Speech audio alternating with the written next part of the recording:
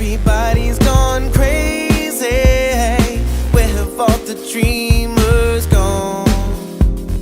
Or have we all just gotten lazy? Something's got to give.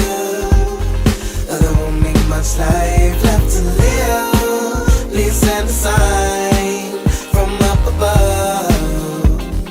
And if I gotta choose, I choose love. I choose love. I choose love. No one's gonna make me hate. I choose love. I choose love. No one's gonna take that away. Ooh, something strange is in the air. Seems that everybody's changing, and I can't find no faith anywhere. Seems it's been replaced with raging. Something's got to give. There won't be much life left to live. Please send a sign from up above. And if I gotta choose, I choose love. I choose love. I choose love. No one's gonna make me hate. I choose love. I choose love. No one's gonna take that away. No one can take that from me. I see what I choose to see. Reality is what you make it. So why would I ever choose hatred? I choose love. I choose love. No one's gonna make me hate. I choose love. I choose love. No one's gonna take that away. I choose love. I choose love. No one's gonna make me hate. I choose love. I choose love. And if I can take that away, I choose love.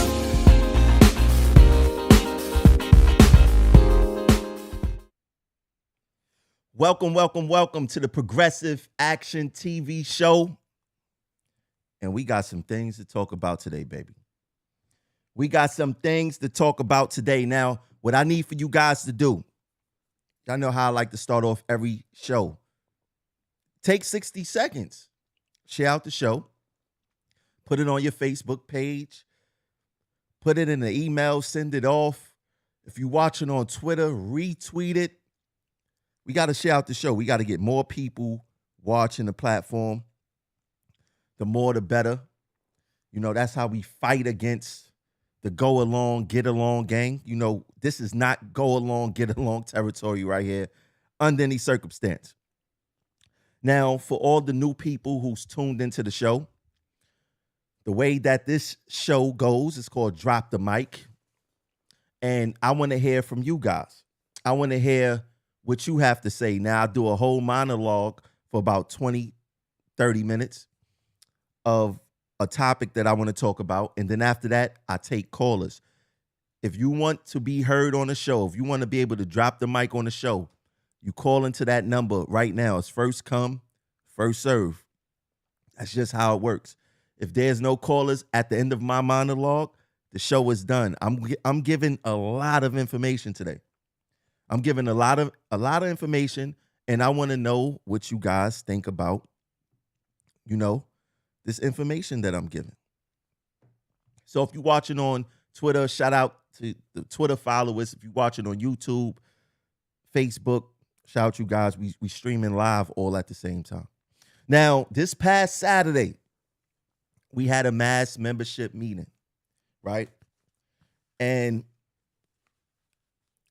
to be honest, it was trash, right? If you've never been to a mass membership meeting, if you never were a part of a union before, you probably think it was the greatest thing in the world. For the people who experience what a real mass membership meeting looks like, been a part of a real union, you would know that this was a dud, right? They made this whole disclaimer, oh, you can't talk about what what happened at the mass membership meeting. You can't give out no information. There was no real information to give away. They didn't give us any real information, right? So being at the mass membership meeting, meeting so many people, so many new faces, taking pictures with so many people, seeing that people are appreciative of the Progressive Action brand and the work that we put in, it just motivates me to go harder, right? But one question that members was seeking was, how much money the union make, how much money we got, blah, blah, blah, blah, blah, blah, blah. And you could actually find this information on the internet. Even though they did not give up that information or share that information, you can find it on the internet. So I'm gonna give you guys the information, and then I'm gonna show you guys like how crazy the union leadership is, how they lie to us, how they sell us smoke screen and mirrors, how they just want us to go along and get along. This will probably be one of my most informational shows ever. There's going to be a lot of information in the show. So let's just move on with what we got here. Let's see. So a lot of members like to ask, how many members is there actually in the union? The union like to say 42,000. Well, it's not 42,000 according to this document. There's a document that the union have to submit every year to the Bureau of Labor Statistics that let us know, the public know, how much money they collect in dues, how many members, what they spend their money on, and all this other stuff, right? Who's in good standing, who's in bad standing. But I'm just going to focus on how many members it is. There's 40,622 members, right? And I want y'all to remember that number, 40,622. The next question I asked, well, how much money a year does the union collect? Let's look at that. You see, I got it. You see, just look in the red, dues and agency fees. The union makes $30 million off of us members. $30 million.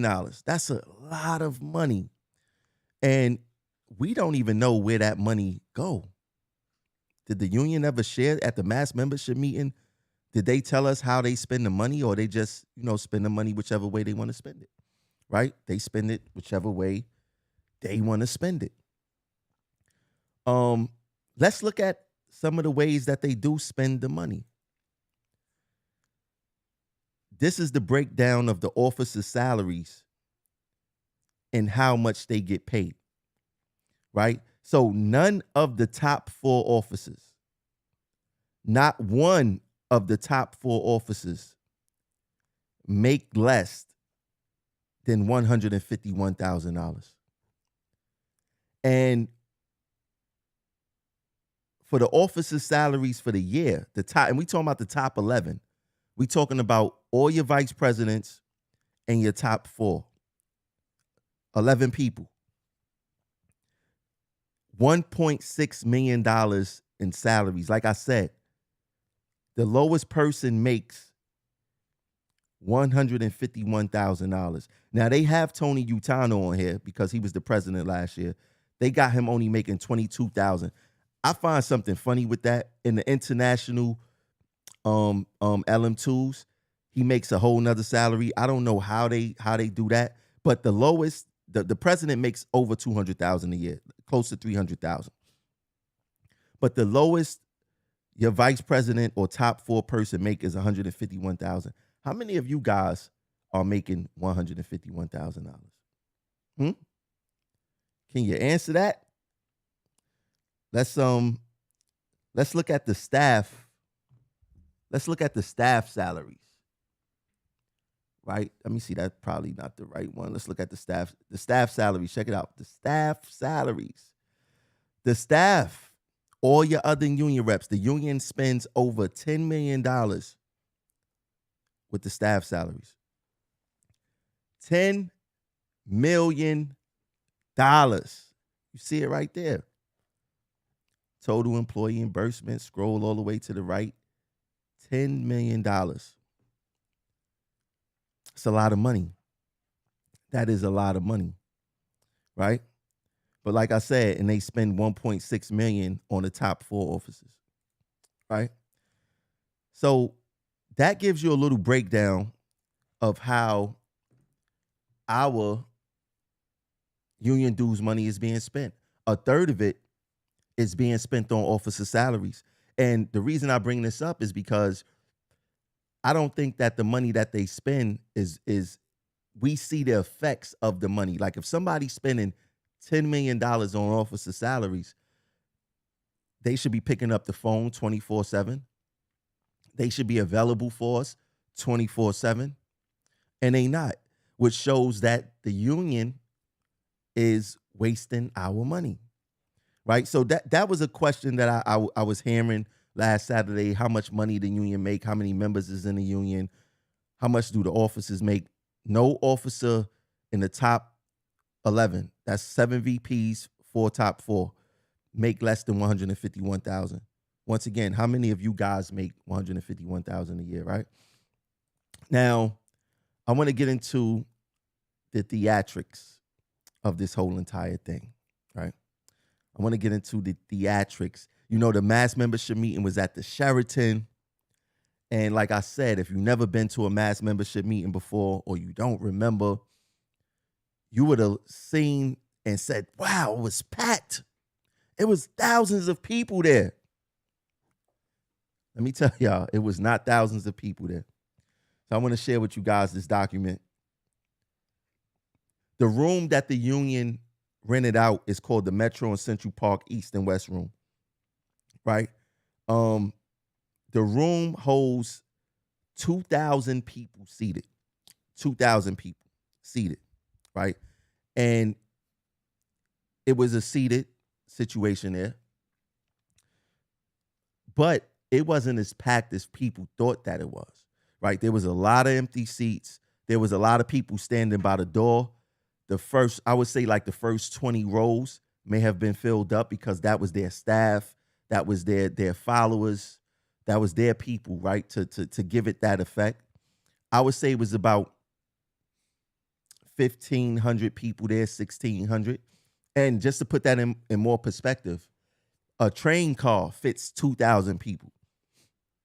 So let's just say 2,000 people was there. There's 40,000 members, 40,000 plus members in this union. Less than 2,000 or 2,000 people came. That's not good. That is not good at all, right? And just to give you guys an idea of what the union used to do, right? This is at the Jacob Javits Center when Roger Toussaint was the president. We talking about thousands of members coming to a mass membership meeting. Look at that. Thousands of members. Look at that picture. Look at this next picture. Thousands, a sea of members. This is not what Saturday looked like. That is not what Saturday looked like under any circumstance. Under any circumstance, it did not look like that at all. So, and I get it, right? Roger Toussaint, no, you can have your opinion on him. You could say whatever you want to say about the strike, whatever the case may be. Roger Toussaint motivated the people to come out. The people wanted to hear what Roger had to say.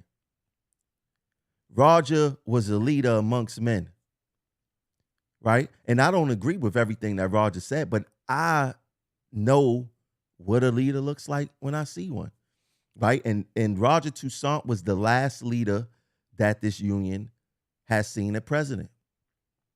It's the bottom line. And people follow who they feel could lead them. And that's why I say our mass membership meeting's been poor.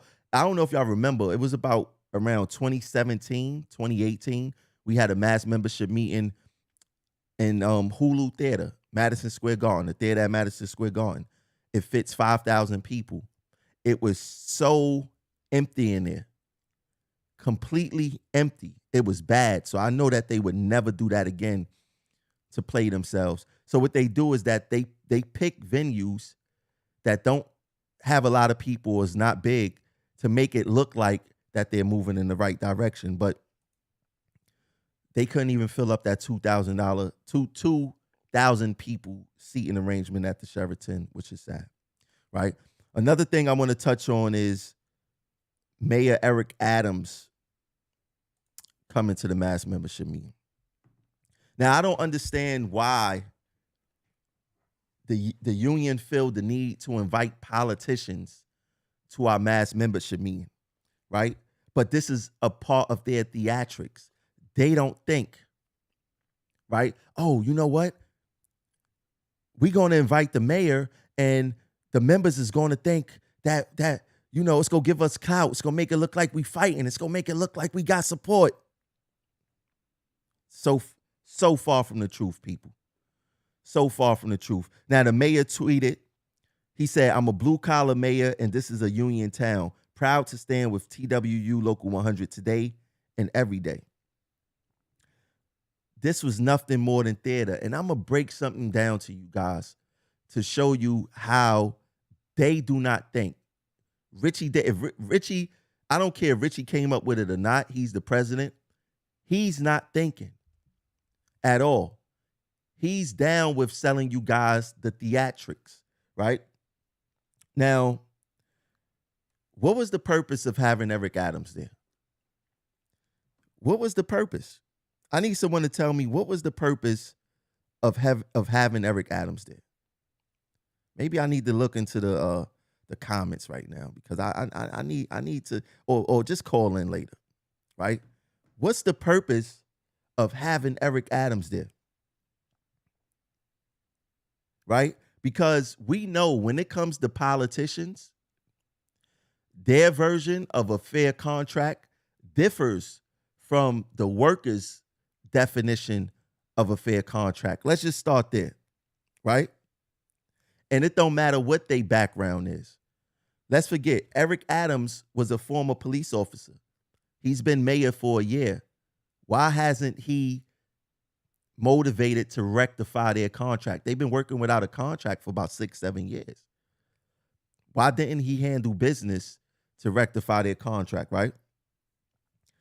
Now, the mayor have to negotiate not only NYPD, but FDNY, corrections, DC 37, and a whole other host of city agencies' contracts.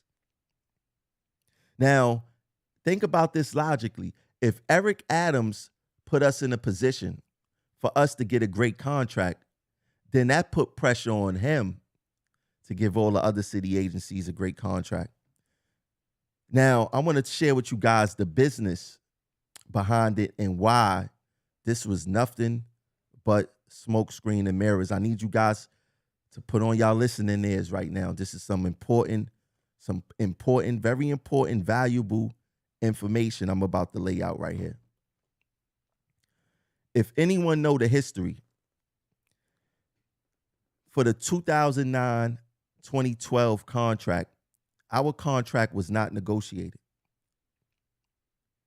It was an arbitration award, right?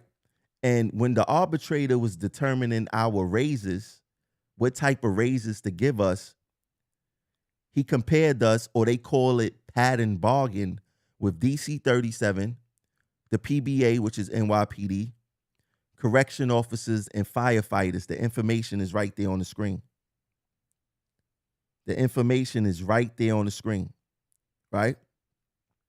And in that arbitration award, they mentioned the wage percentage that some of these agencies got. So once again, I want you guys to picture this. This is very important right now. The mayor helped us fight for a great contract. Have you heard the mayor say anything about hazard pay for transit workers? Why do you think the mayor did not mention no hazard pay for transit workers? Why do you think that is? I'm going to tell you why. If Mayor Eric Adams advocates for hazard pay for us transit workers, then guess what? He got to give it to all the other city agencies that he negotiates contracts with. So if Eric Adams is talking his talk that he's a blue collar mayor and this is a union town, then why aren't you advocating for hazard pay for transit workers? Because if you advocate for the hazard pay for transit workers, you got to advocate it for NYPD, FDNY, DC 37, the teachers, everybody. But he's not going to do that. So that's how I know that this is nothing but theatrics, right? So the union uses political props like Mayor Eric Adams to gaslight us. And furthermore, let me ask you guys this. Furthermore, do you think Mayor Eric Adams will go against Kathy Hochul in the name of TWU Local 100? Absolutely not. Absolutely not. So the mayor is not going to advocate for us to get a great contract, because then that put him in a position to give everyone else a great contract. And once again, once these politicians get in office, their definition of fair is different from the workers' definition of fair. This is a fact. This is a fact. Now let's continue. You guys remember, we still got Tier 6, right? And somebody made this meme. I don't know who made it. They made it some years ago.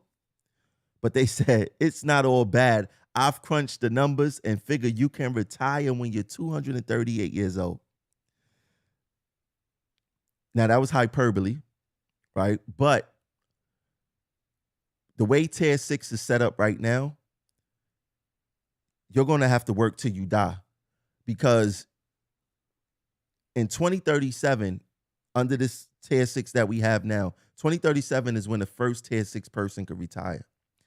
You're going to be making no more than $40,000 under the current Tier 6 right now. You cannot survive in New York City with $40,000 right now and take care of your family. How you going to do that in 2037?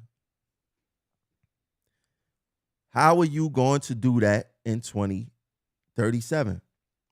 Now, this is going to blow y'all mind. This is going to show you guys how delusional our union is. It's going to show you guys that they all about gaslighting, pulling the wool over your eyes. And it's more about them than us, right? So this is some very important information. Put on your listening ears. I'm quite sure Richie Davis do not know this, because they don't think. So this past, I believe, November, the union put out a list, right, of politicians we should support, who we should go out and vote for, who they give our COPE money to. And this is one of the reasons why I say we should pull out of COPE. I want you guys to look at the name that's in the red. District 24, Andrew Lanza, right? I want to show you guys what he looked like. Let me put him on the screen, show you guys what he looked like. Trust me, I'm taking y'all somewhere right now. This is what he looks like, right? Now, let me see how I want to do this. Would you guys believe that Andrew Lanza voted in favor of Tier 6? And I want to show you guys that right now. This is real time, people. Look at where the arrow is. Look where the arrow at on the screen. You see me with the arrow? Andrew Lanza voted yes, Republican, for Tier 6, New York, District 24. Right? You see the 24. See the 24 right there. Andrew Lanza, Republican, voted yes. Let me show you guys what he voted yes for. S6735 amends the public employee retirement system. This is the voting record for it. This was for Tier 6. As you can see right there, March 14th, 2012 is when they voted. Tier 6 went into play April 1st, 2012. The union, let me bring it back to this again. The union telling us to go vote for Andrew Lanza, someone who gave us Tier 6. They are out of their minds. They are out of their minds, people. The union told us to go vote for Andrew Lanza. And Andrew Lanza voted yes for Tier 6. I need somebody to help me make sense with this. Somebody got to help. Somebody make this make sense. Why are they giving our coat money to politicians who voted yes for Tier 6? This is not the first time that they have done this, people. This is not the first time. And another thing that the union does, right? Oh, Democrat. We got to go with the Democrats. Let me put y'all on the game. Guess who voted for Tier 6, people? Guess who voted for Tier 6? Let me put the other one on the screen. Give me a second. Let me put the other one on the screen. 54 Democrats voted yes, more than the Republicans. Only 36 Republicans voted yes. 54 Democrats voted yes. That's why Tier 6 got passed. How about that? Our union, led by John Samuelson, Democrat, Cuomo. Tony Utano, Democrat. Cuomo. And the Democrats was the ones who gave us Tier 6. Now, there's a problem with that. And one of the many major mistakes that happened under the Local 100 Stand United administration was not being nonpartisan. Why didn't they take a nonpartisan position? It boggles my mind as to why they didn't take a nonpartisan position. Now, for those who don't know what nonpartisan means, it means not biased or partisan, especially toward any particular political group. The union should not be siding with a political party. They should side with whoever have the best interest of the workers. As a union, picking a political side is more harmful than being neutral. The union do not choose neutrality. They choose partisan politics. They pick a side. And every side that they picked, it has hurt us. And the Democrats overwhelmingly voted yes for Tier 6. And this is the John Samuelson, Tony Utano, and Richie Davis beloved Democratic Party. Let's make no mistake about it. They've been championing these guys for a very long time. As you see right there, they holding up Cuomo signs. Let me make that bigger because I don't want y'all to miss nothing. I don't want y'all to miss anything. Let me make that bigger. You see Richie Davis to the left holding up the Cuomo Hochul sign. You see Donald Yates holding up the Cuomo Hochul sign. This union is beloved to politicians who seek out to hurt us. And not only after the Democrats gave us Tier 6, overwhelmingly gave us Tier 6. The union gave the Democratic Party over $109,000 in one check. This is our COPE money. This is our COPE money. So picture that. I want you guys to picture that. Picture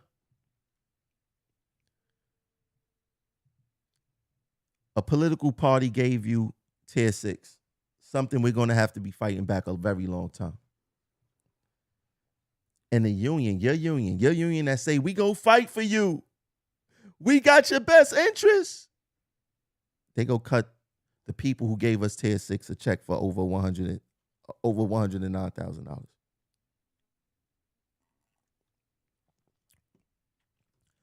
I need y'all to make this make sense. The numbers on the screen. The numbers on the screen. Start calling in and solidifying y'all spots. I want to hear from you guys. Now, I got to touch on Mr. Sean Battaglia, because Sean Battaglia is trying to be the voice of going along, getting along. And he's fooling a lot of people, right? And it amazes me how many people fall for the okey doke, the banana in the tailpipe, right? It amazes me, right? I would like to know what Sean Battaglia got to say about these politicians. The Democratic Party voted for us to have tier 6, the union freely giving away our COPE money. Sean Battaglia, you're writing a whole bunch on Facebook. I want you to talk about it. I'm about to bring up a screenshot of a post that Sean Battaglia put up, and I don't necessarily disagree with it, but I'm a point to you guys how they're not being honest. Now, just to touch on the legislative aspect of this real quick,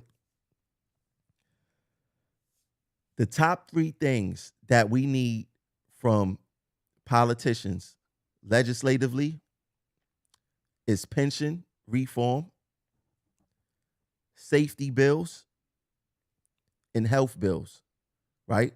That's the top 3 things that we need from politicians as a union. Now,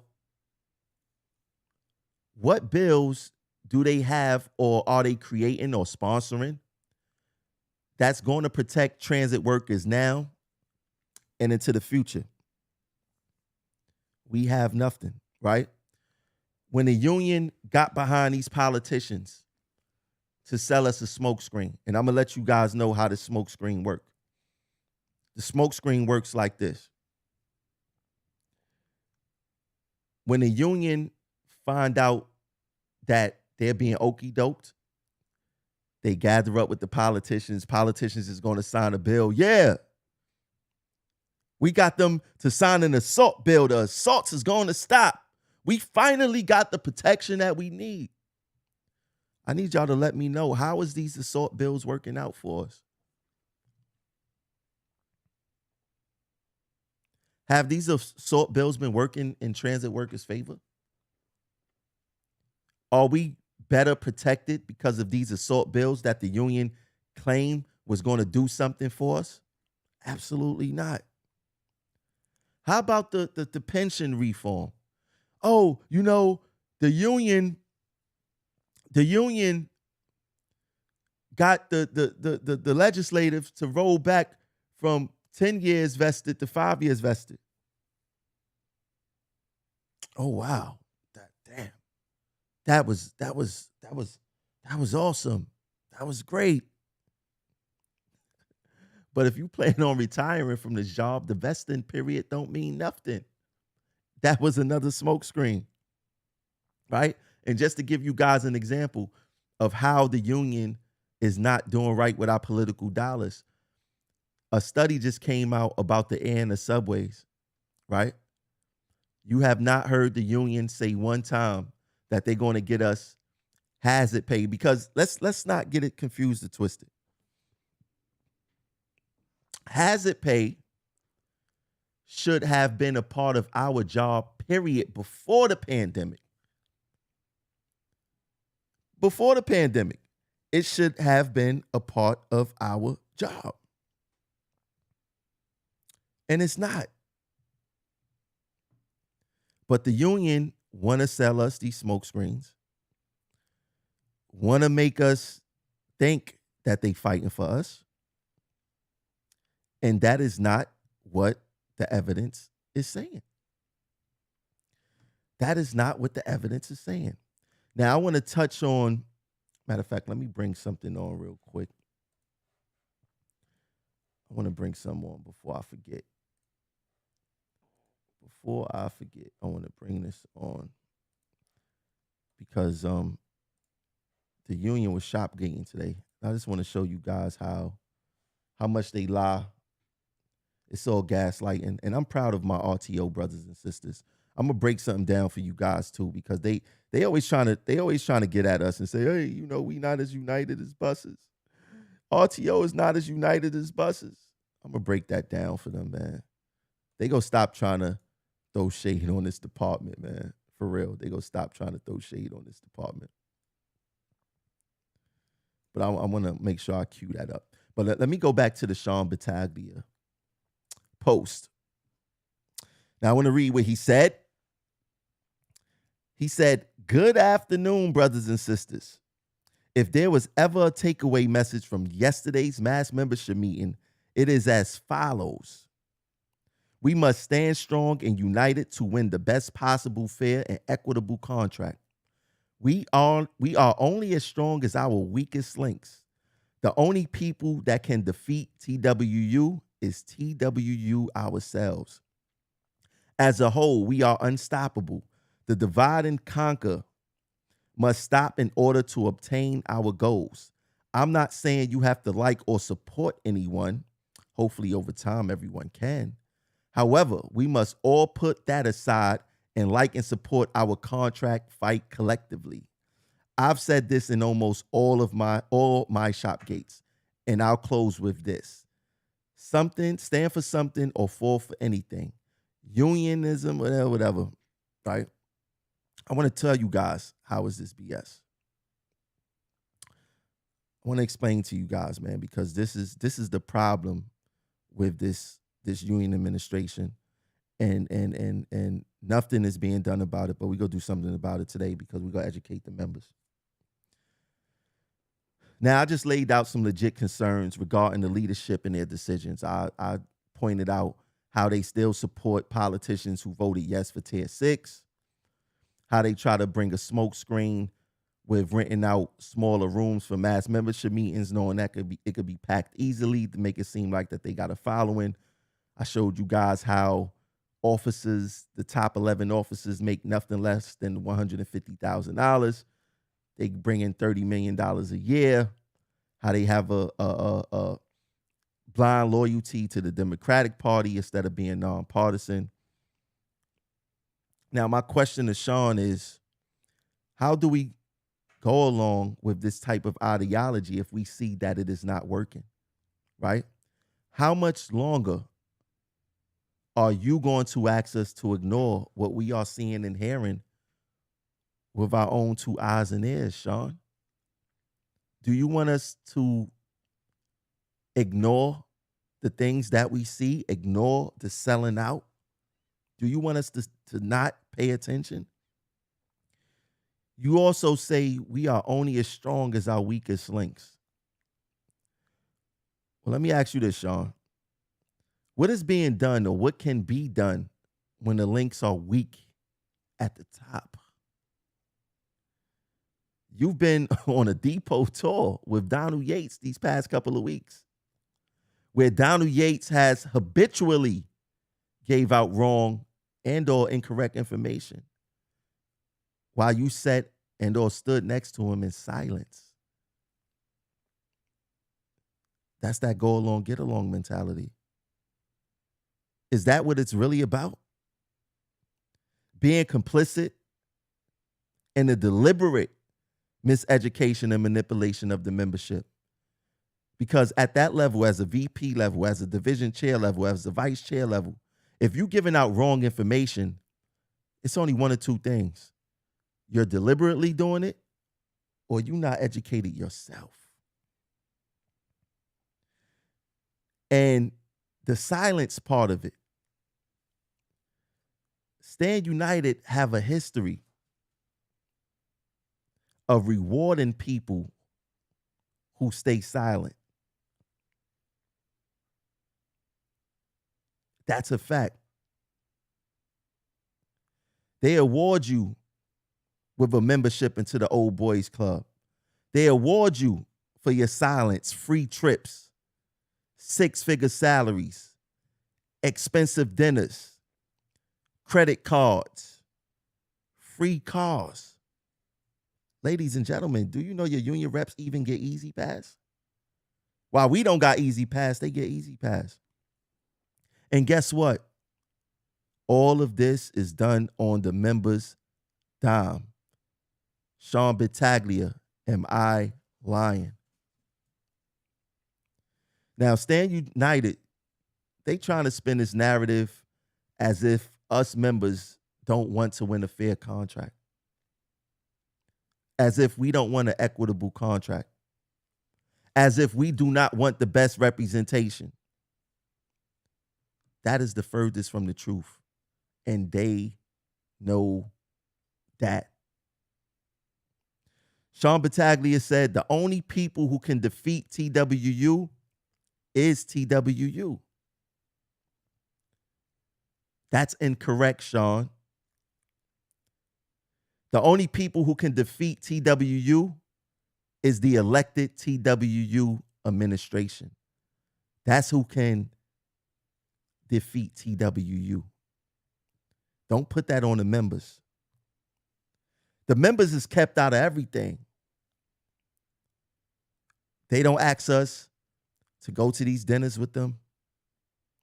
They don't ask us to go on these trips with them. They don't ask us if we want Easy Pass, credit cards, six-figure salaries. They don't ask us if we went in with the Old Boys Club. The members is kept out of everything. And when the administration do want our participation, they want us to follow them blindly as if we are not supposed to question what's going on.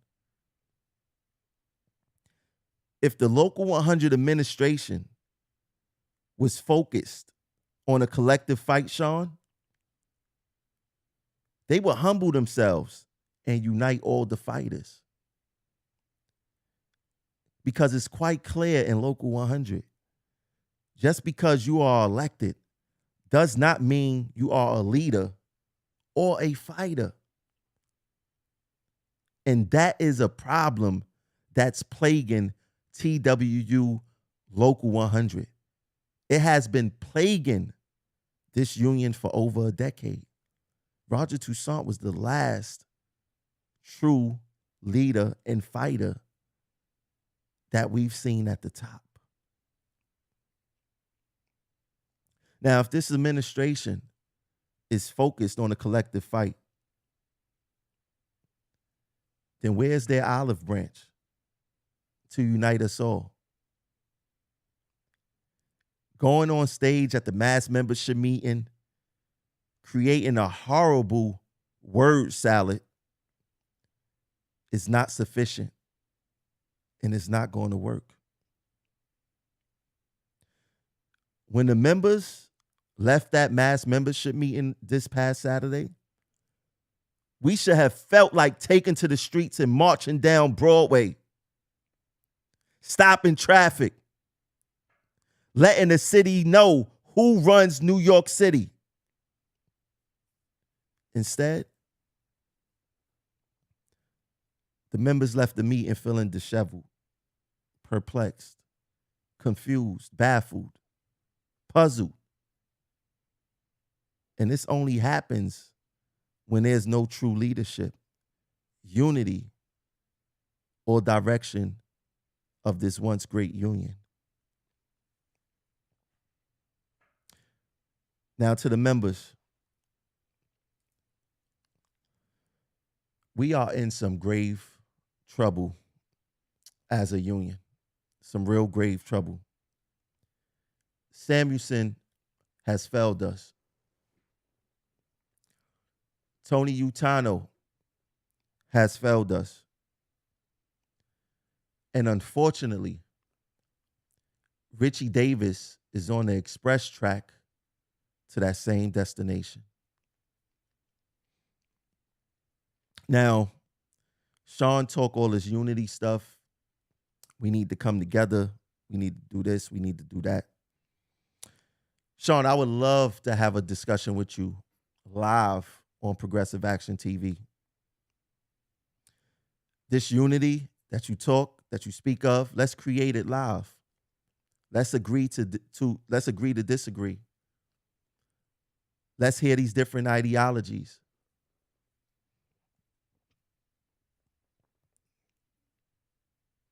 Because I think we all agree who this collective fight should be against. It shouldn't be this local 100-minute administration waging war on us members. It should be us members waging a war against the MTA. So if you bout it and you stand on your square and you really want to talk about unity, a collective fight, come on the show and let's discuss some things, right? If you're honest. And I'm going to leave it there for now. I'm going to leave it right there for now regarding that. But the miseducation, the banana in the tailpipe is prevalent throughout this entire union administration, the way they do business, right? Let's bring, for an example, Eric Logel.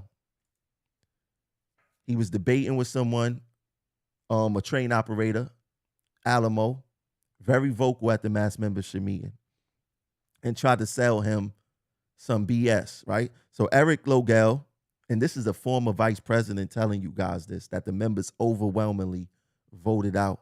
This is what he said. Alberto Alamo, you didn't answer my question. Instead, you responded with attacks and misinfo. Grand Central Madison and all that other stuff is under the capital plan. That funding is totally separate from where labor contracts come from. Anyway, we'll have a greater expectations for this contract based on the rhetoric. Yours are probably in another galaxy. But how do we get it? Take the internet trolling or wishful thinking out of the equation. How do we get a fair contract? Now, what Eric actually did there, he was the one trolling. He was the one gaslighting, right?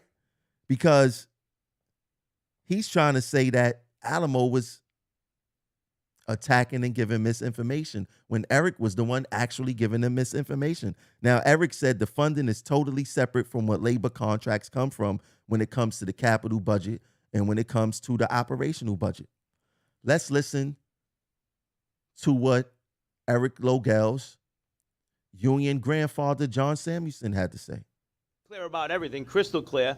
We're bargaining a contract right now, and we're being told you have no operating money, but yet you're taking tens of millions of dollars, wage points worth of operating money that could be used to settle our agreements so that this system doesn't just continue to pressurize and transit workers get treated fairly and respectfully, as we've heard some of the speakers testify to. You continue to take money out of the operating budget, put it into the capital budget where we're flush with money, and then tell the unions that you have no money in the operating budget when you're taking money directly out of the fare box to pay for capital work that we're going to be flush with cash on. Well, that makes no sense. I just want everybody to understand that to be the case, and everybody to understand that that is leading to the ongoing frustration of transit workers. Because it's my sense, because I've seen this movie before many times, that if we were to settle a concessionary contract, which we're not going to do, we don't even have to listen to all of it.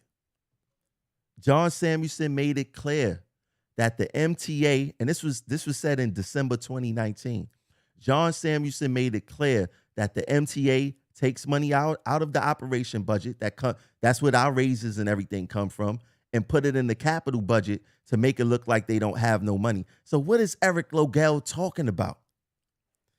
What is he talking about, right? Now I wanna and this is the misinformation. They send people like Eric Logel out there to lie to the members, right? Because Eric is not as educated as you think he is, right? He knows some of the contract, right? He knows more than what Gomez know, right? But Eric is only doing this to keep his spot. Eric's worst fear is going back to his tools. But Eric is lying to the members, right? Now I want to pull up this video of they had a shop gate at Woodlawn Terminal today. Richie Davis, Superintendent Chiarello, Canella, and other officers. Now I want to pull up two things that Richie Davis said. I want us to examine these things that he said. Callers, I see you guys. Stay right where you at. I'm gonna get to you guys because I want to hear what you guys got to say tonight. But let's listen to what Richie Davis had to say at Woodlawn. Just a couple of things, because it was like a 3-hour shop gate, and I ain't listened to the whole thing. I'm gonna listen to the whole thing this week, and I'm gonna clip up some more clips to point out. But these are two that stood out to me. Check it out. That's what you're asking about, all the questions about the medical. I'm a bus operator by trade, so I understand that question about safety sensitive. Let me make this louder. I'm gonna make this. Let me see if I can make this a little louder. Let me make this a little louder. Let me try this again. Make this a little louder for you guys. Let me see. Give me 1 second. Let me clear this out. Make this a little louder. That's what you're asking about, all the questions about the medical. I'm a bus operator by trade, so I understand that question about safety sensitive. When I'm live, I will tell you all those reasons that you can and cannot say, and I'll get a tail violation. I'll be in jail tonight, but that's okay too. One of the things I do want to tell you is that we're not going to just sit down.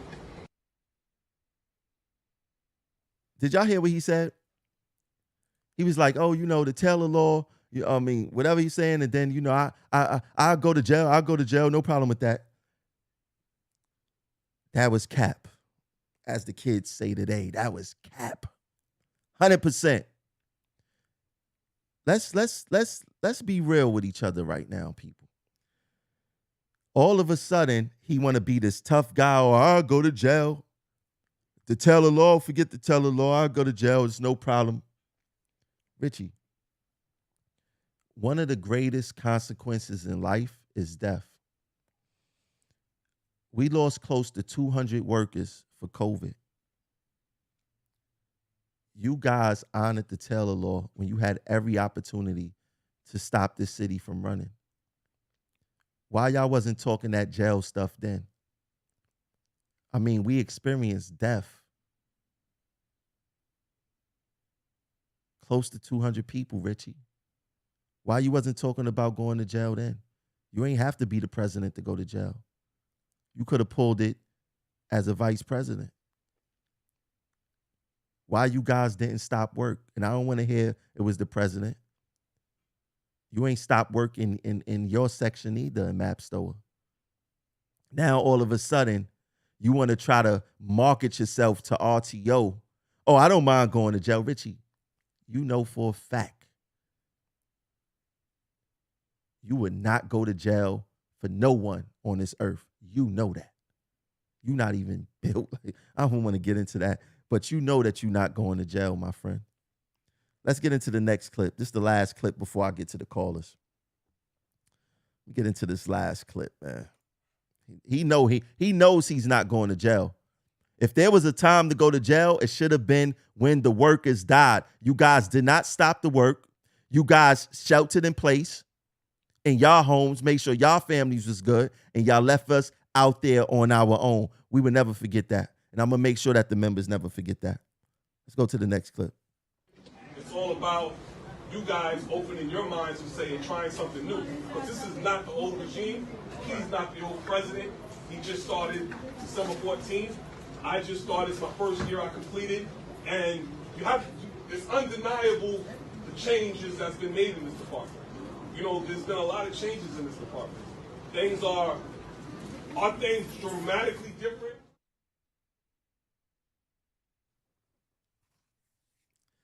Yo, they literally going places lying. Undeniable change in RTO, Canella. I would like for you to say what that undeniable change is. There has been absolutely no change in RTO. None. You failed your first year, buddy. Do not come to these crew rooms gaslighting and lying to the members. One thing you did excel at is being rude to members, being disrespectful towards members, trying to bully members who you feel that you can get over with because you know who to play those games with. I ain't see none of that smoke at the mass membership meeting. Absolutely nothing changed under your administration, buddy. So you need to cut that out, right? And one thing that I don't like that they do, right? Like I said, they like to throw RTO up under the bus. They like to say, oh, or try to make us feel bad. Other departments is more unified than us. You see how buses is unified. RTO, let me tell y'all something. We are the only department who gets it right. When our union reps do not do what they have to do, we get them out of there. We don't leave them in place for decades at a time to create more damage. We get them out of there. We get that right. RTO also votes down these contracts. All of these contracts should have been voted down the same way how RTO vote down these contracts because we deserve better. So they talk all that, they united. No, it's not about unity with them. Unity does not exist in this union. It's about going along to get along because as soon as you start questioning them, you become their enemy. Everything is all good until you start questioning them. So just think, every time they say unity, their version of unity is going along to get along. That's all they care about. That is all that they care about. This whole entire union, there's no union. They shouldn't even we shouldn't even be called the union. This should be called the Go Along, Get Along gang versus everyone else. Because that's all it's all about. Richie Davis don't question. When Richie Davis was the VP, he never questioned the president. The president sell us down the river. If you notice with their narrative, now that he's president, I'm coming out with this new. I'm doing this new. This wasn't done before. Well, why you ain't tell the other president? Same thing with Utano. Well, why didn't you tell Samuelson? Right? It's all about going along to get along. Like I said earlier in the show, your silence in this union determines how far you go when you are part of the Go Along, Get Along gang. This is a fact. Let me get to the first caller.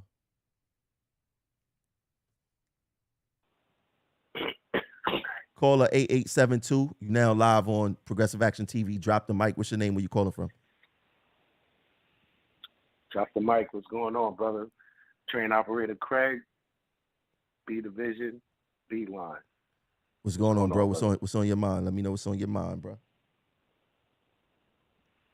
I mean, you really put up a hard act to follow, but I've been putting together or trying to put together like who's actually the battery in these guys' back. So I got to ask the question: where's the attorney that's supposed to be representing the president, the one that was representing Utano? Where is he? Which one? Because you have Arthur Swartz do some work for the president, and you have Dennis Engel who does work for the president. Do they work in the same office? No, Arthur have his own firm, and Dennis Engel have his own firm. Right, we got about $1 million going over there too, right? I think Arthur Schwartz is about a half a million. Yeah, it's about a million probably altogether. Yeah. altogether, Mhm. and we can't use neither one of them. But somehow or another, they're advising the president on what the president should do as far as our concerns Yeah, are concerned. So that's more Dennis Engel. that's more than a single. Yes. So what? Why haven't we gotten rid of them yet? Once again, my brother, I mean, that's a good question, right? That's a great question. And Mm-hmm. you would think Mm-hmm. that uh if the president switched, the lawyers would probably switch too. The thing is this.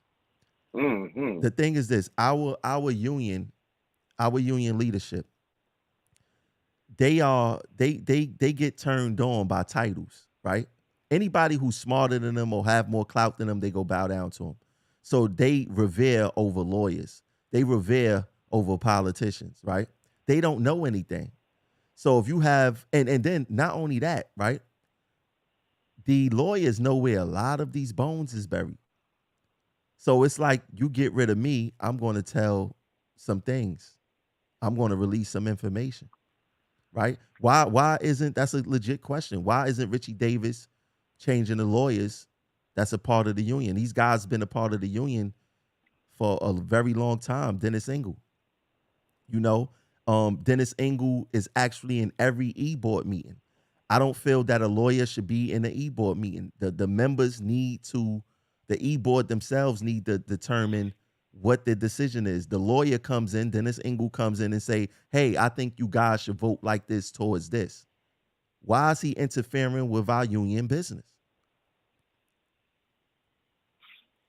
The same, the same thing that you was expressing earlier. Why is Eric Adams mingling in our union business?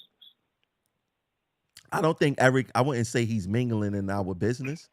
I say that the union is creating a smokescreen, creating theater, and just trying to make themselves look good. Because I don't know if you was at the mass membership meeting. As soon as Eric Adams got off the stage, they paused the whole event so the officers could take a picture with Eric Adams. like And I I couldn't know believe it. I've done I've done a couple of events where Eric Adams was in a location. I refused to take a picture with him. His energy always been off for me, but that's it's a whole nother situation. 3 years in a row, but Eric Adams got paid to be there. That's why he was there. Eric Adams is not showing up there unless he got paid for it.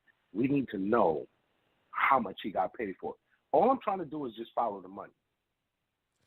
I wouldn't say So that I want Eric to know who's Adams. speaking. I wouldn't say Eric Adams got paid there, right? For that specific event. But what I would say is that Eric Adams was solidifying himself for some co-payment down the line when he go for re-election. Okay. Present payment, future payment. There's definitely going to be a sacrifice, and it's going to be on the backs of the membership. That's correct. But as far as the e-board, now let's switch to the e-board. As far as the e-board go, does the e-board have any? Because I'm gonna be honest with you, I'm not as well versed in all of these bylaws, especially not as well versed as you are. And I can't remember the other the Hispanic brother. He's awesome from buses, and the other one from the A division. But I know I have a great idea of how all of this works. How much power does the e-board really have? To be honest, the e-board have all the power, right? The e-board is supposed to be the buffer between the administration and the members, right? The problem with our e-board is that the majority of the e-board members are released, right? Which means that they are away from driving the bus, from operating the train, from picking up trash, whatever their title may be, right? And once you get a taste of that life, like I always used to say that release time was like drugs. It's like cocaine. Once you get a taste of that Mm-hmm. release time, you Mm-hmm. become beholden to the person who control your release time versus the members.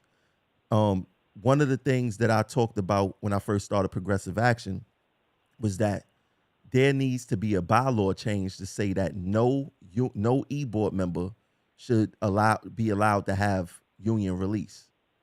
Absolutely not. It compromises the members, right? It compromises the e-board, right? The e-board never. I remember that. That's what you stood on.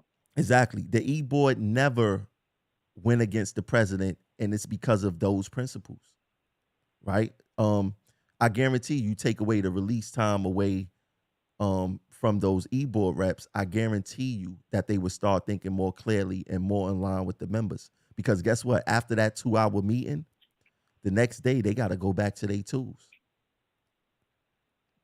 So the e-board is So,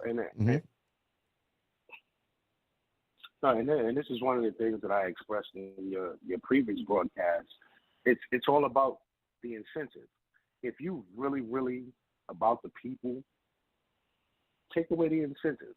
Now, I'm not saying that there shouldn't be certain provisions afforded, but those provisions should not supersede your previous title, because you're still train operators, you're still conductors, those are still your titles. At any given moment, you can go back to those titles, and I completely agree with you about the release time. So if you are for the members, there should be no $150,000 or $151,000 when the representation is not a reflection of the type of work that you're putting in. I agree. I think all of those incentives should be taken away. Now, the Easy Pass, we should have Easy Pass. We should have the exact same thing that you have. If you're really about the people, go with your regular salary. And let's see. Oh, he got cut off. He got cut off. Let me go to the next caller. Caller 0923. You now live on Progressive Action TV. Drop the mic. What's your name? Where you calling from? This is Miss H. How you doing, my brother? How you doing, Miss H? What's going on with you? Thanks for calling in. I'm not good, but I was just calling to say I went to that convention Saturday. I wasn't a mass meeting. I was a convention. I was shocked at what I saw. They were selling T-shirts, sweatshirts. They had booths giving out freebies. And when they started the meeting, a majority of people were sitting on the right side, and it was like a smaller amount of people that were sitting on the left side. The people on the right side, they clapping and cheering for everybody and stuff, photo ops for the mayor. I give it to them. They honored the transit workers for their heroic helping other people. But it was just a show, and it was ridiculous. But what the point that really horrified me was when they showed a clip of my assault. Richard Davis' campaign documentary with his binder to help him with his speech and help him talk, but he was still fumbling. He still fumbled. Wait, hold on. And, So wait, hold on. So the union, for those who don't know, I had interviewed Miss H probably like a month ago. She was the bus operator who got jumped outside of her bus by two individuals. So you saying that during this mass membership meeting, the union, Richie Davis, because he's the president, he's responsible for this. He showed the clip of your assault. He showed the clip of your assault. And his documentary video, yes. All right. Now, let me ask you this. Did you know he was going to show this clip? No, I did not, because when I was walking through the convention ballroom, I saw him. And he saw me. And when he saw me, his eyes got kind of big. And he said, thank you for coming. And he kept on walking. He didn't give me no warning. He didn't give me no heads up. Nobody did. No one from the union. Didn't give me no heads up. And also, it was a clip with the news conference that they had behind the depot at KB. That clip was also in his documentary video, and the clip where the bus driver drove over the overpass, the news conference, that was also in the clip But of his your situation is a little different because you was assaulted, right? So let people, I need you guys to understand what's going on and what she's saying, right? Because this is very important and this is news. She attended the mass membership meeting. She's coming there, I guess, whatever, to get information. Have you ever been to a membership meeting before? No, that was my first, and it's gonna be my last, because my purpose to going to this mass meeting was to express my concern about safety, because I saw that they had tables with pen and pads, and if I'm not mistaken, I saw somewhere that at this meeting that members would be able to voice their concerns and their opinions, and at the end they was like good night, and that was it.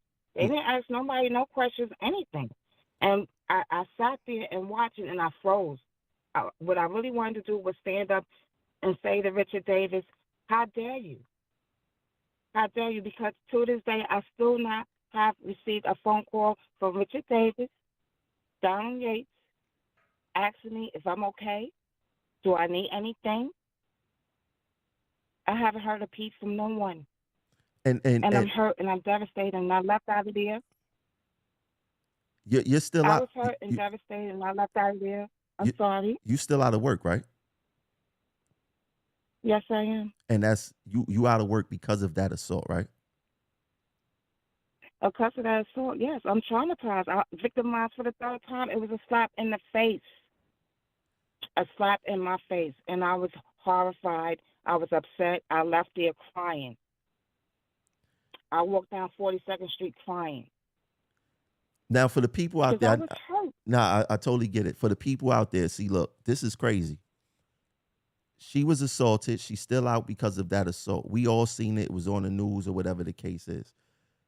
For the union own propaganda, for their own political prize, for their own political selfishness. For his own gain, for his own selfish gain.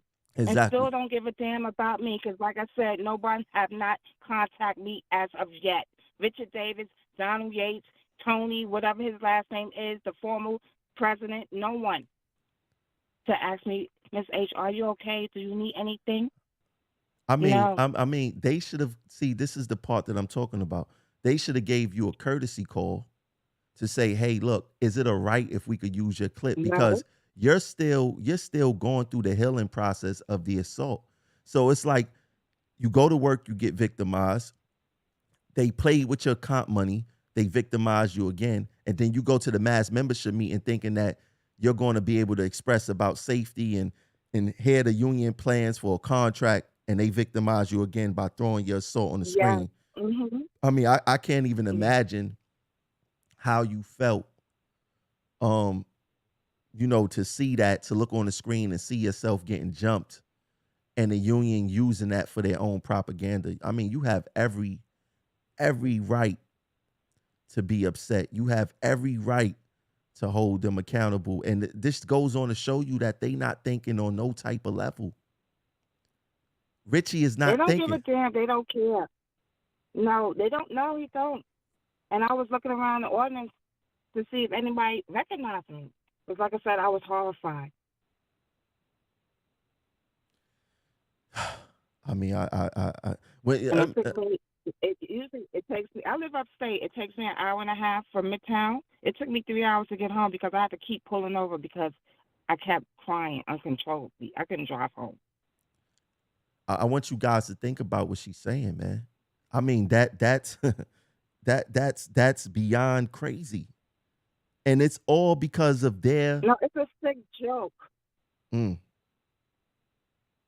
It's a sick joke. And I'm hurt. And I would like to give them a piece of my mind. I truly do. Call them face to face, whatever the case may be, because that wasn't right. And it's unacceptable. and I support you 1,000% on this. they should have at least gave you a courtesy call. So if you known that was coming up, you could have stepped outside the room. You could have decided not to show up. There's things that you could have did, but to be there and be Yeah, slapped in the face, they could have gave me a choice. Yes, yeah, a big slap in the face. they A slap you. third time victimized. Yeah, and this is her own union. This is the same union who say we need unity. It's not about unity with these Oh guys. no, it's not unity because it was COVID. Richard Davis is at KB Depot. I saw him. He said, "Hello, Miss H," extending his hand. I walked past him because I was truly upset because how they did us. COVID, we was out there busting our ass, transporting people, and they didn't appreciate it, and they was in their home safe and sound. And ever since that day, he don't give me the time of day. He don't speak to me. So my question is to you: if you for the members, put your animosity aside and help me. Whatever you got against me or whatever, however you feel about me, put that aside and help me if you for the members. And that goes for Donald Yates too, and everyone else. Because there were some people that approached me with their concerns, asked me how I was doing. I told them I wasn't okay. And there was other people that approached me, their concerns wasn't sincere at all. Because, matter of fact, it was my so-called co-worker, my leader on the BX-18. He was doing me dirty on that line. And he saw me, and he approached me, tried to touch me. And I got hysterical. And I cursed him out. I was like, don't touch me. Don't come near me. Because you did me wrong out there. And I believe because of that, I got attacked. Because I told the union. And they told him, and what he did the next day, he mocked me, laughed in my face. That's crazy. And I went back and told the union, he's mocking me, he's laughing at me, and he still kept on. And I still kept telling him, please leave me alone. If you don't want to help me out there on the road, don't say nothing to me. Yeah, And like I said, mhm. it was just a total disaster. I regret even going to that convention. That wasn't no mass meeting. It was a convention, a shit show. Excuse my language. That's what it was. You got A every right. follow-up shit show. Yeah, you have every right to be upset because I personally didn't see it. I probably was talking or doing something else during that time, but they should have at least gave you a courtesy call to even ask you, even though they probably say, oh, it's all over the internet. That's not the point. That's not the point. No, that's not the point. But believe me, I'm researching to see if they have permission. Are they allowed to do that? Have authorization? Yeah, they allowed to do that, but it's not about them being allowed. It's about them having respect for what you went through and having compassion and empathy. Okay. Yes. Towards Yes. what you dealing with, because it's not like it's something that happened 5 years ago, and even if it did, they should have still asked for permission. But It haven't been a year. no, exactly. It haven't been a year. Exactly, and it's just bad business and it's bad politics, with these guys. They don't think, and I'm glad the members are seeing this for themselves firsthand, because they go and say, oh, don't listen to the internet. The reason they don't want you to listen to the internet is because they don't want you to hear stories like this. They don't want you to hear how they sell out to the Democratic Party. They scared, my brother. They scared. They fear you. Mm-hmm. Okay, and they try to do the okey doke, blow a smoke screen in front of the members. Some wasn't going for it at that convention. The left side wasn't going for it. But the right side, they was like, hey, yeah, agreeing to everything. Yeah, the left. And I was like, what the hell is that? We was on the left side. I know I was on the left side, and I listen, was on the left side, on the Knoxville near the aisle. Yeah, for the people who I was on the left side. For the people who did not go to the mass membership meeting, don't think it was all peaches and cream. Samuelson got booed. No, it was not. He got booed. He basically got ran off the stage. Richie Davis got booed. They was chanting over him. He abruptly ended his speech and threw his binder or whatever he was reading from. Don't think it was peaches and cream. Yeah, don't think it was peaches and cream. The members are waking up, and that's because of progressive action. We are amplifying the members' voices.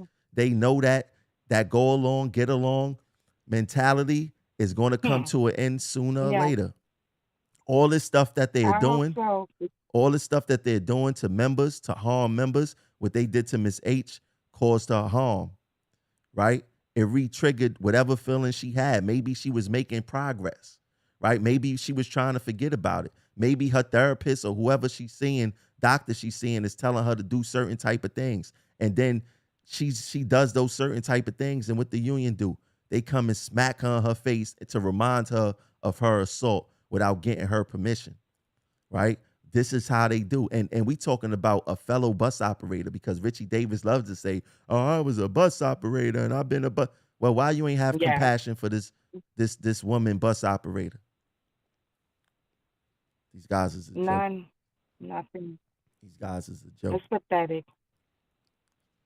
It's very Well, pathetic. thank you for allowing me to speak and allow me to get that off my chest. Like I said, I'm still upset this whole weekend. I cried. Anytime, I it's even spoke to my therapist and cried with her. anytime. That's why we got this So, platform. That's why we got this platform. So members could express themselves the way that you have. So, it's thanks for calling in. It was my pleasure. all right. Well, Richard Davis, Donald Yates, and whoever else, y'all need to come on here and speak your lives and the Okie doke. You have a nice evening, my brother. Thank you again. No problem. I love her, and her energy is crazy. She don't care. I like her energy. She don't care. But look, listen to what she said. She had a everybody seen the assault. Matter of fact, when I interviewed her on my show, or whenever I did the show on her, I asked her, can I use the footage? Right? Even though it was out there, I asked her, can I use the footage? Why the union couldn't do the same thing? Why the union could not do the same thing? I mean, this place is horrible. All right, look. Y'all want to call in? 516-387-1638. This is our time to shine. Let me tell you guys, I don't know how you guys do it. I thought it would be a major difference between me going live in the morning time versus me going live at nighttime. Yo, y'all are tuned in. Y'all tuned in. I see y'all on YouTube. YouTube, y'all going crazy with the comments right now. I see y'all on YouTube. I see y'all on Facebook. Like the numbers is great. The numbers is great. But listen, the mass membership meeting, it was all theatrics. It was theater. Samuelson got booed. Sharice Dubois got and I like Sharice, but what's all that coming up on the stage, dancing and the cope this, cope that, politician this, politician that, when you are the one responsible for giving what's his name? What's the guy name again? Let me pull him up on the screen. Andrew Lanza, our cope money, an endorsement. And Andrew Lanza voted yes for Tier 6. Why are y'all giving people who voted yes for Tier 6 our money? Lordy, have mercy. We are in some trouble. I think I'm going to start going live on this show. Probably 2 times a week. I got to step up my game, man. I got to step up my game. I got to step up my game. This place is insane. Insane, people. Insane. Now, look. Check this out. Why I got all you guys' attention. It's a good time. It's a good time for me to tell you guys you could donate to the show via Cash App. Cash App is $ Progressive Action 100. Donate to the show. This is very important. Donate to the show. You see what we doing here. Undeniable, undeniable, undeniable. If you're on YouTube, send me a super chat. Send in a super. Is it pay week? Somebody tell me if it's pay week. I don't even know if it's pay week. Send in a super chat. Send in the Cash App, definitely. You know, when I start talking about Cash Apps and donations, people click off because they don't want me to see that they on or whatever the case is. But shout out to the real ones who send in the donations, who support the channel, who support the movement. But we are in some serious trouble as a union. I want to take one more call. Can somebody else call in? I want to hear what people got to say, man. Really want to hear what people got to say, man. Woo! But we have a lot of work to do. We have a lot of work to do. Trust me when I tell you guys. That mass membership meeting, Miss H said it was a convention. I think what we gonna say is a convention, or I don't know what it was. It was trash, whatever you want to call it. It was trash, but we are in some serious trouble. It's not even a joke. It's not even a joke no more. You know what I'm saying? It's not even a joke. We are in some serious trouble. Oh, hold on. Got a caller. I had 2 callers. I pay attention. I think I recognize this number right here. Drummond, that's you? Oh. Yeah, what's up, man? Yeah, I recognize your number now. You call so much. I hear you. Yeah, I hear you loud and clear. What's going on? How you doing, my brother? What you mean I call so much? I man? recognize your number. It It looked like a hotline number. Your number looked like a hotline number. Y'all got, yeah, I know. Y'all got to start calling in, and we got to have some. This is good what you're doing, and we got to keep having this dialogue, because that's why I didn't go to the mass membership. Why would I go there? Now, it's good that y'all went. I think it's important. I heard what Kemp had to say about it. I think it's important that you go and see for yourself their this routine that they put on. Because it's all game. They really honestly think we stupid. They think we stupid. And they really think they take so many liberties with our dudes. They think they can do what they want. And this show is good because we got to get there. We got to have dialogue. Where was the open mic? There was mass. Where was the meeting? Where was the exchanging of ideas? What was them hearing us out? Just hearing us out. Now, somebody could have went to the podium and, had the gripe, but maybe somebody there could explain it to them. They could have been, all right, that makes sense. Thank you for talking to me. Thank you for communicating with me. They don't. They do what they want. And that mass membership, listen, go get your swag bag. And it ain't really a swag bag because it's your dues. It's so crazy around here. We think we get things for free. We ain't getting it for free. We pay for it. Facts. So it's good that y'all went. It's good that y'all went and to see what's really going on, and nothing's really going on. All they did was get content to put on the website. That's all that was. So they could manipulate us. This was great. They taking pictures with this person and that person.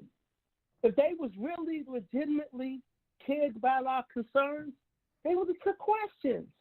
They would have heard from us. We are the union. They are there for us. We're supposed to be in this together. We're supposed to be brothers and sisters. That's not what's going on here. It's just not what's going on here. This union is corrupt. And I hate to use that word because I believe in unionism. But they don't believe in unionism. Just look around you. Don't believe me. Believe your eyes. But they like, who you going to believe, me or your eyes?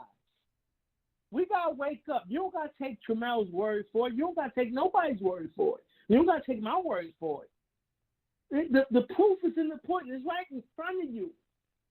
These sellout frauds. Remember everybody when they was running the past election. Remember the fake sincerity that they had. Remember all this transparency talk. How it's going to change this and change that. Remember their so-called independence. That independent voice disappeared as soon as them results, campaign results come in, election results come in. And it's sad because we dying. We inhaling toxic fumes. They just did a report on that. The rat feces, the rat hair, that messes with your respiratory. Our hearing's gonna be diminished. We sacrifice so much doing this job, and management don't give a damn, and this union don't give a damn. That's a fact. Don't try to frame it. And if you was a man, you truthful union, whatever, the union would shut that down. That's only there to try to silence voices of dissent. You fucking clowns, excuse my language, putting up memes on that. That's who y'all are? Why don't y'all rebut whatever anyone says, point by point? Come on, man, it's a joke. That true union true score? That's representative of this union? Come on, man, this is a joke. And it's sad. It's sad. We lost 2 train operators in the past 4 months. That ain't no coincidence. This job is hard on us. And I hate to keep regurgitating the point, but we can't afford to live here. We got to put so many of our brothers and sisters work 6 days a week. 120 hours a week, 200 hours. It's crazy. And you know what we get for that? We die. And we get sick. And then when we get high blood pressure, we go to Mac, they put us out. Because we get them ailments from working this very challenging job. I feel this is no love. There's no brotherhood here. There's no sisterhood here from this union. They give a dinner here, a raffle here. It's good. Get the P5s, play with your kids. That's good. I ain't gonna knock that. But there's no legitimate concern and empathy for us. It's not. You can feel it when you talk to them. When you go to meetings, the meetings just there to shut you down. That's what the meetings are for. Do they move on anything? Anything that's said to me, what they do is try to pacify you. If they don't pacify you, they try to shut you down. Well, let me ask you this, Drummond. Let me ask you this. Mm-hmm. Richie Davis, Superintendent Chiarello, Gomez, and a few other officers is now parading around RTO terminals for whatever reason. How do you feel about that? First of all, we don't never, everything when he campaigned, we don't need Richie Davis and Chiarello know nothing about RTO. Nothing. They did everything else. You need somebody. What's going on here is Gomez is trying to introduce them to RTO. Richie Davis is trying to ingratiate himself with RTO. That's it. That's all he's trying to do. That's all they're trying to do. Richie Davis never gave a damn about RTO. Neither Chiarello. Chiarello didn't care about RTO when his man, and listen, he got to fight for peace, but he ain't care nothing about that train operator last year, a few months ago, when he got that 25 days. I don't know. Listen, RTO is RTO. Listen, he's the president. That's the treasurer and all that. But them to be parading around, it's good. Listen, let me amend that. He's the president. He wanted to come through. He come through. If Chiarello, the treasury, wanted to come through, they come through. But I don't think there's nothing that's been said, they've done or said that illustrates to me that they give a damn about RTO. I guess as president and the treasury, I guess they got to come through sometime. I ain't gonna hold that against them, but I don't think they give a damn about RTO. I just don't. And I think what they wound up doing, they wound up whoever the VP. That's why it's important for you if you decide to run for VP. Everybody know that you're an independent voice. Everybody know, and y'all got to look out for that. They're gonna do everything in their power to stop this brother from running. They are. It's not no democracy. Y'all know that. Y'all don't get your ballots. Y'all know how. Y'all get everything under the sun until ballot time comes. They got, what's his Castro? He worked for them. Have you anybody who ever ran elections? Castro is with Stand United. He runs the election. He's never throwing anybody or penalized anybody from Stand United. It's not happening. Everybody was penalized in some way during this last election, except for Stand United. And again, let me remind you, it won't be Stand United the next election. The only way Gomez can run with them and say he's not Stand United, this man, every fiber in his being, Gomez was against Stand United. and all of them. And listen, he got elected. Whoever the president is he reports to the president. He's at the behest of the president. But where is the Gomez that ran? He's long gone. Where's that Eric Logal? As soon as these guys get in office, they're sellouts. They're sellouts. That's a fact. You can put anything you want about me. My name, my reputation, my work ethic is always gonna speak for me. Whether I'm here, when I'm here, when I'm gone. But these guys are straight up. Gomez is a straight up sellout. And forget what. Don't even pay me no attention. You're gonna see. This dude's a fraud. Gomez is a fraud, and all y'all who support him and trying to keep. Yeah, I know you're trying to ride with him, but Gomez is a fraud. He's a fraud. He's Stand United. It didn't take a year. He was Stand United 3 months in, and he ran against Stand United. Remember, one more time, Eric is Stand United uncovered his embezzlement, his scam, and put it out there. He's with it. This is the same guy that said, yo, I swear, y'all put my family in it, stay away from me. This is irreprehensible. This is beyond pale. This is disgusting. This is dirty. He's with these dudes. Now him and Eric best friends. But how I feel about it? Yeah, but listen, they don't care about our best interests. I wish whoever was elected cared about our best interests and was there for us, and they're not. And you're not. And God forbid, I don't know what's going to happen during this contract time. I know the nurses, they just salute and they didn't give up anything. Now, whatever we get, what are we giving up? Transit want blood. Transit want blood. They'll get 3 years, 2 years since the COVID. We was in the heart of COVID. Transit forgot all about that. They punishing the membership more than ever. Look what they're doing with the pick. And y'all saying Gomez stop. That's good, but they should have never tried it. No, listen. Listen, it's not stopped because Richie Davis said today the call sheets come out Monday, and Richie was like, it's still up in the air, so it may still go down. I don't know what's up, but it may still go down. But yeah. Well, if it go down, everybody here. What you think them traffic checkers is there for? Y'all be rushing into these terminals and wonder why there's no penalty jobs and all this shit. Oh, y'all be rushing. Work according to rules. Because when y'all rush out, they saying every second counts at the bomb and every bullet and every second. So yeah, they in one breath they want you to keep that train moving. Soon as something go left, you at 2 Broadway. Work according to rules. Do that. All right, Drummond, let me Stop rushing for these people. They don't care. Let me get to the next caller. That's my spirit. Good. Thanks for calling in, my brother. You're always dropping some knowledge. All right, man. Be safe. All right, you too.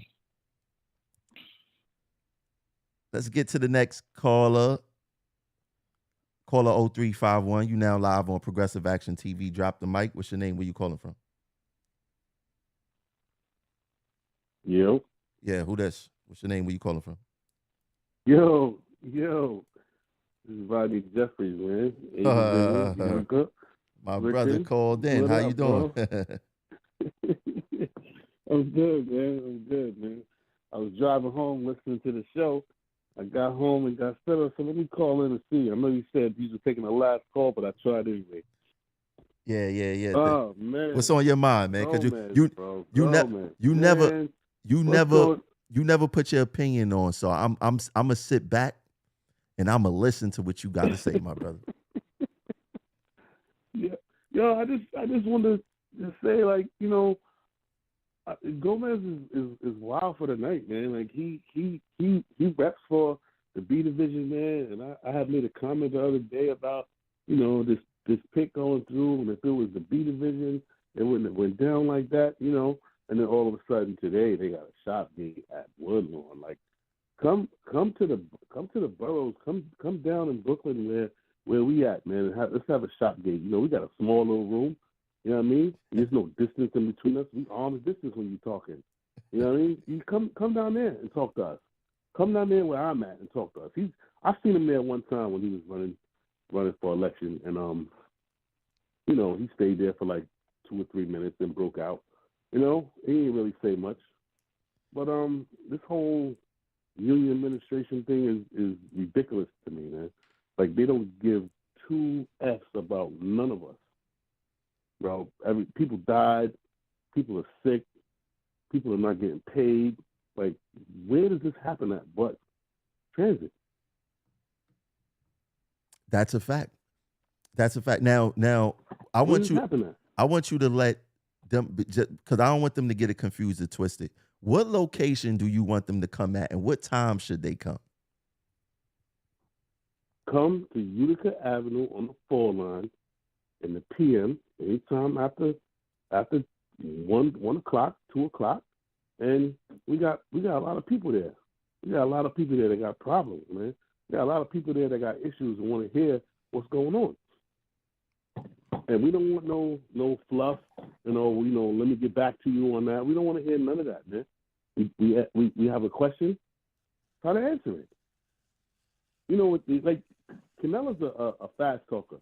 You know what fast talkers are, man. They're hustlers, bro. Mm-hmm. Mm-hmm. You know what I mean? They talk fast. They put a lot of fluff words in the middle of their sentences, but you know they, you know what I mean? You know what I mean? You know what I mean? You're not saying nothing. Mm-hmm. I need straightforward answers.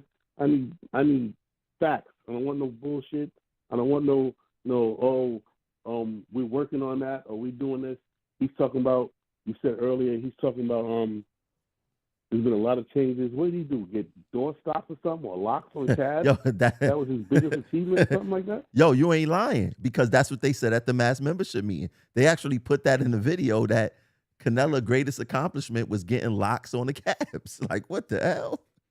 Like, Yo, locks supposed to be on the cabs, bro. That's not an accomplishment. You send an email, yo, put locks on the cabs. All right. What did you do? You marched for that? Preach, my brother, preach. Did you assemble, we in the streets shutting down traffic for locks on the cabs? Come on, man. That don't even make sense, man. Make it make sense to me, man. Make it make sense. Cats got to work 130, 140 hours a pay period to make ends meet, to live a comfortable life. You know what I mean? And come on. I can't. And he flipped. Drummond said he flipped 3 months. I think he flipped the day he got elected, bro. The day he got elected, he was disrespectful. He knew it was coming. And don't get it wrong, he fooled a lot of people. He fooled me during his election when they brought his personal shit out. I was like, yo, don't answer these cats, man. Everybody had issues. Everybody had situations, man. You handle it, that's what it is. As soon as he got in, bro, he flipped. Eric flipped, he flipped. That's a fact. I don't get it. That is a fact. You know, this is. It seemed like Eric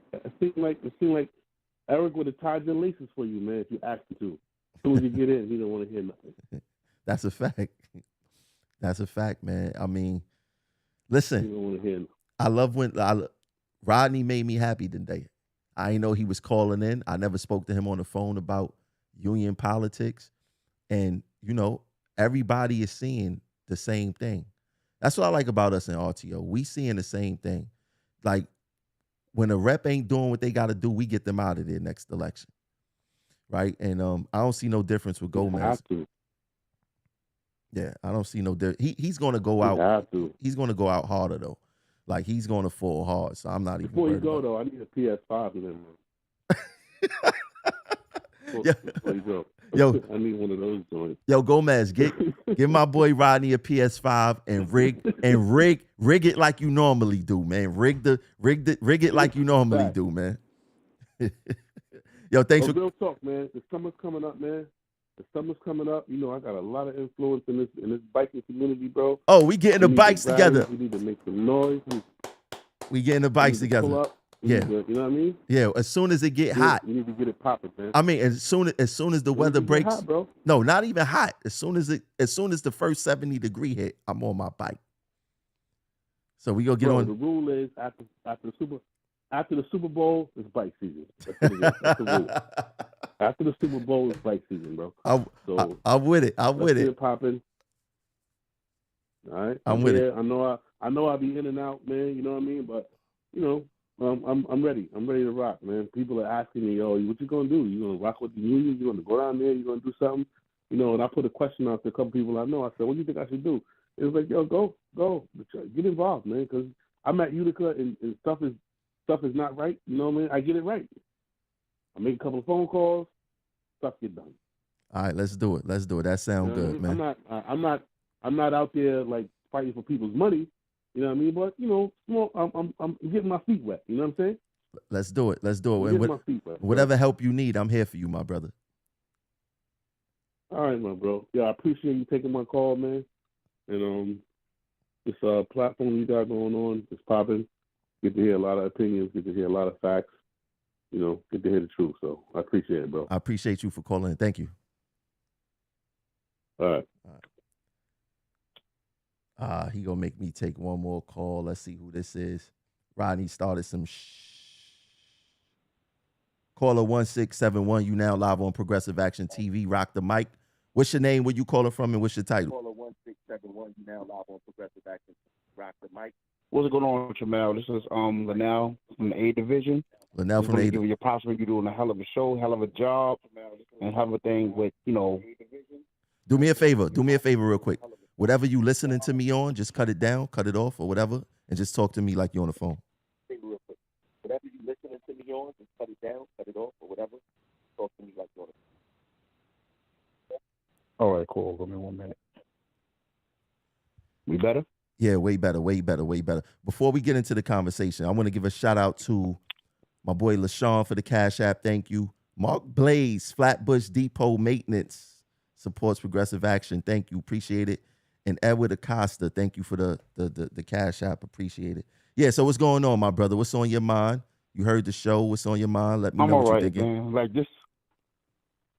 Yeah, I'm so glad I didn't go to that convention show on Saturday. Yeah, man. But I got a quick question. Yeah. Is there any way can you vote a whole union out? Yeah, next election. Next election. I mean, you can't do it in between. I mean, like you know how I have like TWU 100. Like, how long were they with transit? Oh, they've been since the inception of transit.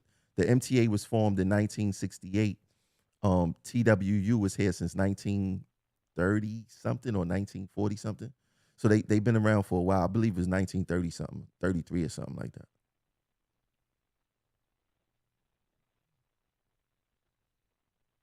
Okay, cool. So Because I'm figuring like, you know, so you talking about getting rid of the whole? Right? I was at New Life Avenue. Okay. Like 2 weeks ago, Canelo came down and we was asking him questions. He was like, "Well, you know, one of the changes I made, as you can see, we got door stoppers inside the cabs. Okay, that's supposed to be there anyway. What kind of change is that?" You're the second person that called in with that. You know. Yo, and he come down to New Life. He giving us pens. I don't want no pen. I mean, listen, bro. Look. I mean, I'm glad that, first of all, I'm happy that you called in. You know, how much time you have on the job? Yo, yesterday made exactly 6 years yesterday. 6 years on the job, right? And you see exactly what's going on. They can't, you know, some people get pins and feel like the union did a great job for them. I'm glad that you know your value, that you know that a pin won't be enough to make you happy, and you know that we need serious changes here. You know, I got locks put on the cabs as if locks not supposed to be on the cabs or whatever the case is. Or I got the ICs working on the D trains as if the ICs was not supposed to be working on the trains. I'm glad that you see the shenanigans for what they worth. That's what I'm gonna say. Yeah, them shenanigans, like I don't understand how Eric Logal is back in the union. Like I was on the 3 train at 148 and Linux when he first got voted out. He had his tools. How did he come right back with the union? And him and Cordella was fighting for the same position. And next up, I see they got photo ops, smiling, talking about, yo, you can still raffle for the PS5. Who cares about the PS5? Where I have to pay at? Mom, look, Listen, members, listen. Listen to what he's saying, right? That's a major problem. Eric got voted out, and the union, just because he went along to get along, and Eric is running a fake Facebook page right now, right? That's attacking the voices of the union, right? The members, right? So Eric is doing their dirty work. Eric know where a couple of bones is buried. So they reward Eric with release work. Eric should be back on his tools. The members clearly did not want him, right? And Eric right now is trying to direct Gomez on how to run RTO. And we see that that's not going well either. And this is the part of the union business that makes me so upset. If someone got voted out, then put them. Eric is a train operator. You know, when he was here, he rarely operated a train because he talked about me being out on comp, but nobody was out on comp more than Eric. He rarely came to work. Eric don't got no sick time. I got about 80 days worth of sick time once they reimbursed me my time for my comp. So who don't like to come to work? You see what I'm saying, bro? But I'm gonna tell you this, I man. feel you. Look, I'm about to I start. feel you. I'm about to start putting back these progressive action brunches, and this for everybody. I'm about to start doing the progressive action brunches back at Sugar Hill. I want people to come out to that. I want us to start getting familiar with each other. I don't care what department you from. I don't care what it is. I think that us transit workers, we need a space where we could eat, where we could talk, where we could shake hands, where we could speak with each other, because the union is not providing that space.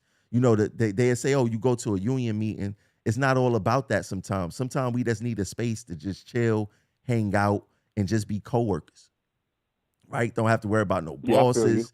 If we want to have a little drink, we could have a drink. If we want to curse, whatever we want to do, we could do. We just need that space. And I want to provide that space once again. So we will be doing the Sugar Hill thing. I may launch it either February or March. Oh, it's February now, right? I'm bugging. It's February 1st, right? Yeah, February 1st. Right? I think I'm gonna launch it in March, but we are going to start doing the brunches. I will be looking forward to meeting you, my brother. And I want to come visit you at your terminal, visit the other train crews at that terminal. So what I want you to do is hit me behind the scenes and let's start a dialogue. And then, I want to come meet you because you got some good observation skills. And, I want to continue to build with you. And I just want to touch on two things before we hang up, before you go with the show. I want to touch on two things. Let's go. With the union. Let's go. As far as the union with the COPE, right? That fake donation, they was taking a donation, it's going to the politicians or whatever. So I had two students. I train students sometimes. So the first thing I asked them is, when you got with the union, what did they tell you about your union dues? The first thing they tell you is your first check, we're not going to take no union dues out. What do? Take the union dues out. I never heard that before. They as soon as you. Oh no! When I said I'm freshly new, 6 years, so I'll never forget that. So that, and also with COPE, I always tell the people, listen, do not donate to COPE. You got an option of taking that out, because when you go to the union, you go to 195, they just give you a bunch of take this money out, take this money out, take this money out. You're getting bombarded with everything about taking money out. So a lot of people didn't know what COPE was. So when I asked one of my students, they were like, "Oh, it's something like a little donation to the union." I said, "Listen, you paying them $33 or whatever out your check every check. Why would you donate any more money to them?" I said, "Listen, you got an option. Go to the third floor, 195. You go there personally and tell them that you want to opt out of COPE." Now, tell all your classmates, opt out. Now I want to back it up a little bit. COPE is a great thing in theory, right? But our union has been misusing our COPE money, right? So I talked about it early in the show. The union is giving our COPE money to politicians. I'm gonna put his face back on the screen. To politicians who voted for us to have tier 6. If you got 6 years on the job, if you ain't come from no prior. The dude Andrew. Yeah, the dude Andrew, right? They spending our COPE money on politicians who have hurt us in the past, right? The Democrats voted overwhelmingly for tier 6. The union give the Democratic Party the people who voted for us to tier 6 over $100,000 of our coat money. So if the union was doing the right thing with our coat money, I would give $10, $20 a paycheck. But they are not doing the right thing. So they deserve no dollars. 90 seconds. We must boycott whatever they doing until they do the right thing. Lobby day is coming up in March. Right. They still taking my coat money. I asked them to stop. I will be going to lobby day, and I will be raising some HELL. That's what I'm gonna say. But I'm gonna leave you the last word because we got like 30 seconds left. So I'm gonna leave you with the last word. Like you said, we're gonna talk behind the scenes because I definitely want to talk to you some other stuff behind the scenes, like as far as like starting the podcast. But we'll talk about that. Just hit me off the record. Just hit me behind the scenes. All right, man. Congratulations on your show. Keep doing your thing, man. And Progressive Action forever. Appreciate it, my G. Thank you.